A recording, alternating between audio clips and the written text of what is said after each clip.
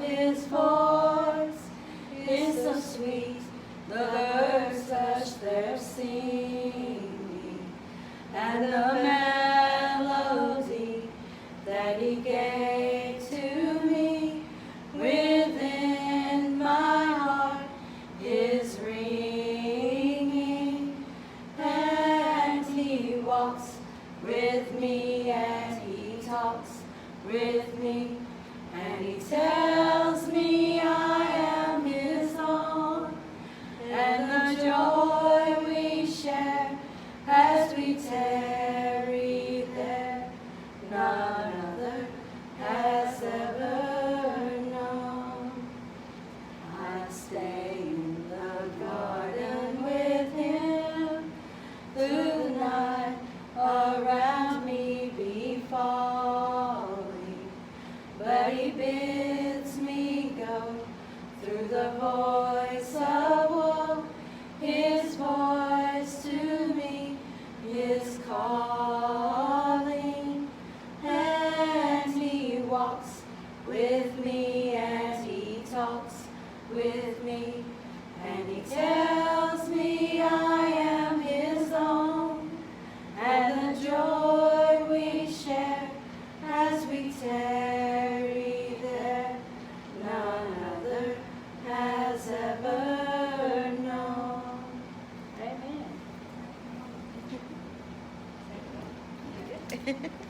Well, I'm going to testify just a little bit. That song brings back something that happened to me this week. And, you know, my son was dead 8 years of 10. Well, I didn't get to make it on the porch till 11, but I was sitting out there on the 12th, I think it was, just looking up. And this little bird, he flies down on the banister. And I look at him, I said, well, hey, you're so cute. Well, he's just chirping. Well, he flew from there to the other banister, and he starts singing, looking right at me. Just starts singing. And then he flies up on this little hanging basket, and he's singing, and he looks at me. I said, well, thank you. And he flew off. So that's amazing, you know. I'm thinking, well, maybe my son sent that bird just for me. I mean, that's the way I feel sometimes. And I was telling my neighbor about it. I said how pretty it was and how it blessed my heart. She said, it's amazing that you said that. So this lady had told me that this little boy had lost his daddy. And he was out there, and all of a sudden a bird did that to him. And he says, look, the Lord sent Daddy back to sing to me. And, you know, I thought, well, God, that could have been what happened to me, you know. We are blessed every day. Even when we go through trials, and I've been through some. And this church has been through trials, but God's blessed me. And I'm so proud of each and every one of you that comes and do the work that you do. When I'm not here, carry on. Because the Lord, if He calls me on, that's what I want to say. And I'm so thankful to have somebody that's willing to work for God.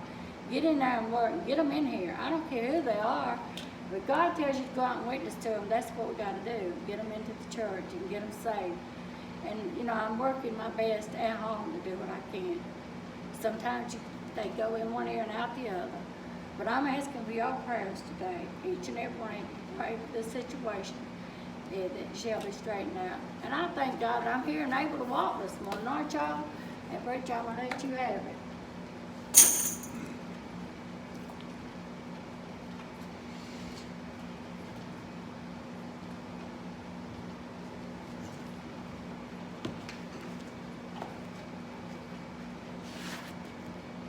Real good, especially that last song.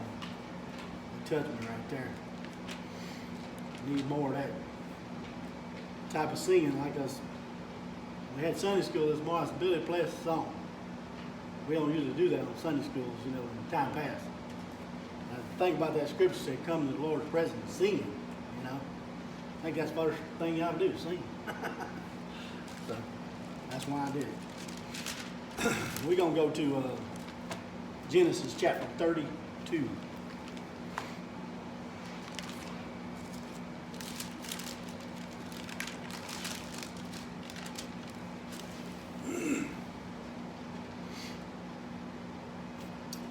I want y'all to pray for them, that road crew out there.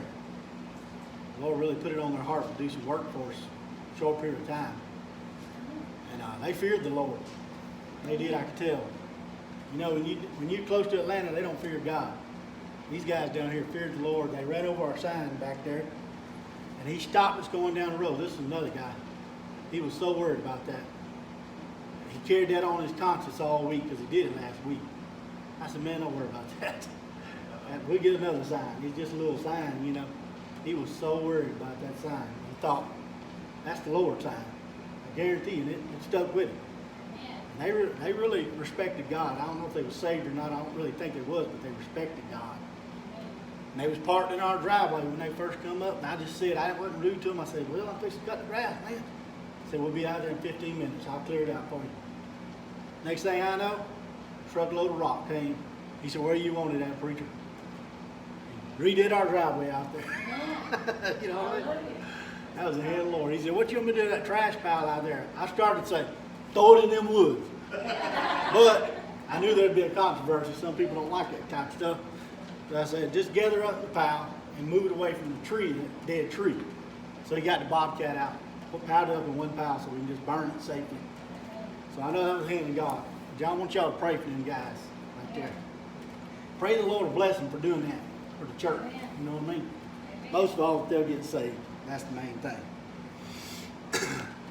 Well, we're going to go in 32 right here. I'll just start reading, see what God says. What chapter? It's Genesis chapter 32. This is the time that Jacob got saved. He lived so many years, he made a vow to God a long time ago in Bethel. He said, I'll take you as my God. You bring me back safely to this place, I'll take you as my God. And he did just that. But the Lord saved him by fear. You know where it talks about in the book of Jude, some saved by fear. Well, this man was saved by fear right here. And we're all saved by fear to a certain extent. We don't want to go to hell. We fear hell. And my fear, that how I got saved, it was, I feared when God told me, he said, I'll never deal with you again. And I feared God and believed him right there on the spot. And that's when he saved me. But Jacob, he thought, man, I'm going to die. My brother's going to kill me. You know what I mean? He had that fear in his mind all them years. He didn't realize God done saved Esau. God done worked all that out. But he didn't allow them to tell him. You know what I mean? For some reason. So Jacob, he was a deceiver, he was a planner, and he was slick, and you know, he slicked his father-in-law, which his father-in-law was evil too. He slicked his brother right there. Different things he did. And he was one of them homebodies. He wasn't a man in the field. We talked about that. So let's start reading. And Jacob went on his way, and the angel of God, the angels, notice that's two angels, or more than one angel. The angels of God met him. And when Jacob saw, they knew that he can get saved. They knew he was feared for his life right here. And he got by himself. And when Jacob saw them, he said, this is